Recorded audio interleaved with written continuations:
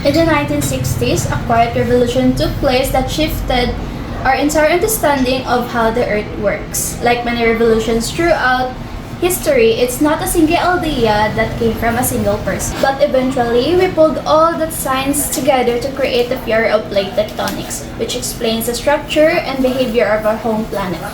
How we got the continents, oceans, mountains, valleys, volcanoes, and earthquakes. Once we started getting a complete picture of the globe in the 16th century, we started speculating about the shape of Earth's land masses and if they once fit together like a jigsaw. Today, we refer to these land masses as part of the lithosphere, the rocky outer part of the Earth that includes the crust and the uppermost part of the mantle.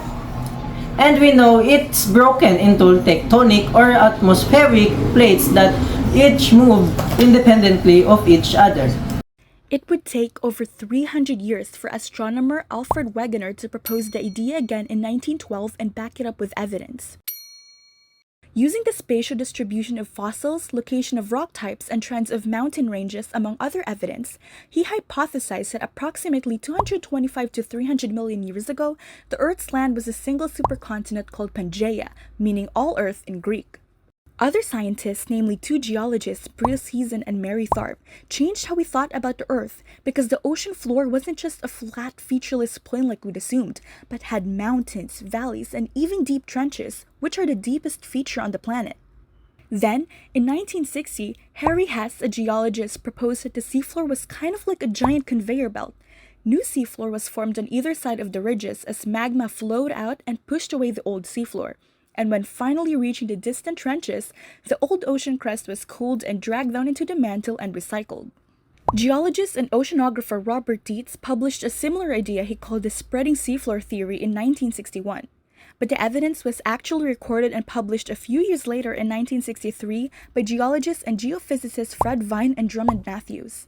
The final piece of evidence needed to produce a grand unifying theory of Earth science came from precise mathematical calculations combined with new computing power. With these techniques, geophysicists were able to calculate how the coastlines of the Americas, Africa, and Europe best fit together and predict how the tectonic plates moved. In 2024, we continue to explore plate tectonics. Plate motion is detected by satellites like the European Sentinel series, which record changes in Earth's surface down to the millimeter. Scientists want to know what caused the outer shell to crack apart in the first place and how the recycling of the crust began.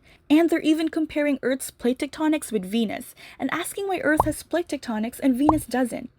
As we learn more, crucial connections between deep Earth processes and the evolution of complex life are emerging.